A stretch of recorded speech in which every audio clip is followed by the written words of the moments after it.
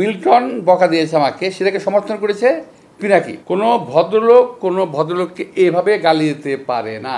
BNP বরাবর সংস্কারের পক্ষে, একই সঙ্গে বিএনপি নির্বাচনের পক্ষে, দুটোরই প্রয়োজন আছে। কিন্তু এমন সংস্কারের পক্ষে বিএনপি নয় যেটি দেশের জনগণের স্বার্থের, জনগণের অধিকারের বাইরে চলে যাবে।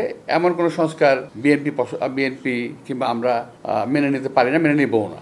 আমি কথা আগে বলেছি, এখনও বলছি। আপনারা দেখবেন সংস্কার যদি যারা নাকি এটা নিয়ে এটা পড়েছেন, যাদের কাছে স্প্রেডশিট গেছে, যারা পড়েছেন তারা দেখেছেন যে এমন কিছু প্রস্তাব আছে যে প্রস্তাবগুলো বাংলাদেশে মানুষের সঙ্গে মানানসই নয়, যেগুলো বাংলাদেশের সঙ্গে যায় না, বাংলাদেশের সঙ্গে, সেগুলো আমরা কেন মানব?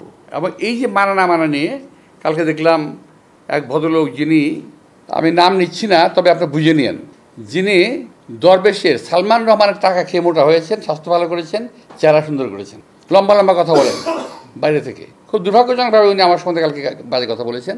তো বলতে থাকুক, আমি বলেছি না, কচু খেতে শুকর পড়েছে, আমি শুকরের পর্যায়ে ধরি ওনাদেরকে। তো আরেকজন আছে ফ্রান্সে, আরেকজন আছে একজন ওখানে, কি এটা একটা নাম, ওটা হলো কি বলে এটাকে, একটা না একটা জারজ মিল্টন, সরি কথা আমি বলে দিলাম, আমার এই অবস্থা থেকে এটা বলা ঠিক হয়নি বোধ হয়। তারপর আমি বলছি, জারজ মিল্টন বকা দিয়েছে আমাকে, সেটাকে সমর্থন করেছে পিনাকি। অর্থাৎ জারজ মিল্টন যে ভাষা আমাকে বকা দিয়েছে, পিনাকি সমর্থন করেছে।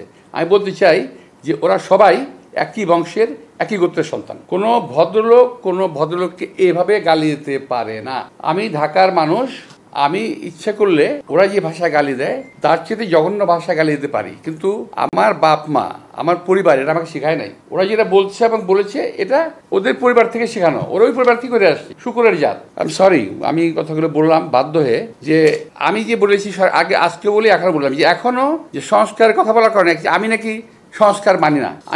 আমি বলছি ওই সংস্কার মানি না যে সংস্কারটা দেশের মানুষের প্রয়োজন নাই। আমি সে কথা বলেছি। তারা যদি ভুল বুঝে এবং দরবেশের টাকা খেয়ে শরীর স্বাস্থ্য ভালো করে বিদেশে থেকে এই দেশের রাজনীতিবিদদের সম্বন্ধে কুৎসারণা করে, গালিগালাজ করে, এবং আমি আশ্চর্য হয়ে গেলাম। প্রথম গালিগালাজ শুরু করলো তারা আমাকে, তারপর তারা শুরু করলো আমাদের সেক্রেটারি জেনারেল মির্জা ফখরুল সাহেবকে, তারপর তারেক রহমান সাহেবকে, আমাদের অ্যাক্টিং চেয়ারম্যান, এমনকি তার পরিবার সম্পর্কেও তারা কথাবার্তা বলা শুরু করেছে। আমার আজকে কিন্তু মূলত এই কথাই বলাই ছিল, আমার অন্য কোনো সাবজেক্ট ছিল না। এটাই ছিল আমার বক্তব্য, যে ওরা আসলে চাচ্ছেটা কি। ওরা বিএনপিকে কিংবা আওয়ামী লীগকে কিংবা অন্য কাউকে ওরা ভালোবাসে না, ওরা ভালোবাসে ভারতকে। ওরা এই দেশে যাতে ভারতের আধিপত্য বিস্তার হয় এবং ভারত যাতে এই দেশে কায়েমি স্বার্থবাদী গোষ্ঠীকে বসাতে পারে, ওই সমস্ত লোকদের জন্য এরা কাজ করতেছে।